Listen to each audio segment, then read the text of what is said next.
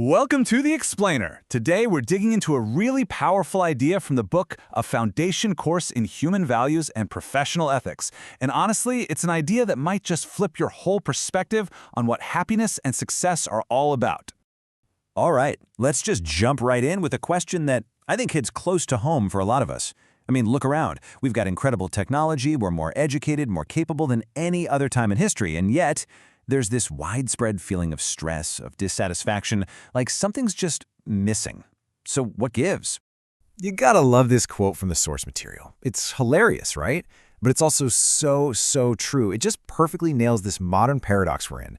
Our education system does a fantastic job of giving us the skills to get a job, but it kind of leaves us with a totally jumbled and contradictory wish list for our actual lives. And this, right here, is the core of the problem, according to the book. We learn how to do all sorts of amazing things, how to write code, how to run a company, even how to build a nuclear reactor. But we almost never get a class on why we're doing any of it. What's the point? This giant gap between our skills and our values, well, that's where all that modern anxiety comes from. The book uses this perfect analogy for what happens next. This constant chase for more physical stuff, more money, a bigger house, a better car. It's like we're trying to fill a cup that has no bottom. You can pour and pour and pour, but it never ever feels full. You can never get enough to feel truly, deeply prosperous. Okay, so if that's the problem, what on earth is the solution? Well, the book proposes we need a huge shift in how we think. Instead of constantly looking for fulfillment outside of ourselves, we need to start by building harmony within. And that whole process starts with a totally new definition of happiness. See, it's not that temporary buzz you get from a new phone or a promotion at work.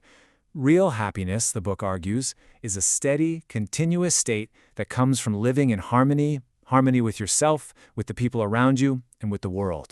And this brings us to the absolute key, what the book calls right understanding. This is the missing ingredient in our education. It's not about piling on more skills. It's about developing a really deep, crystal-clear understanding of who we are, what we truly need, and how we relate to everything else. Okay, so let's get into the mechanics of how this actually works. To get to that right understanding, we first have to see that every single one of us is actually a coexistence of two totally different things. All right, so get this. This is the big idea. You are not just your body. You are a conscious self. That's the I that thinks and feels and wants things. And that self has a body, which is basically a material instrument. They're two distinct things living together.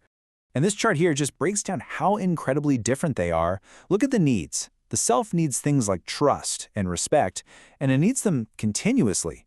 You want respect all the time, right?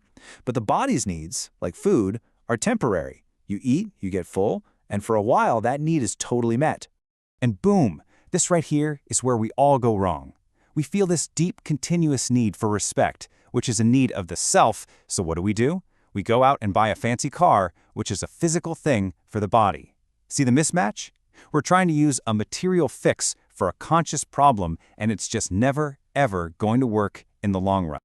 So, if our desires are all mixed up, how are we supposed to figure out what's actually right for us? Well, the book suggests that we're all born with a built-in guidance system. And this internal compass has a name: natural acceptance. It's that quiet, fundamental feeling deep inside you that just knows. It knows that relationships are better than fighting, that trust feels better than suspicion. It's your gut feeling, your intuitive guide to what is truly right.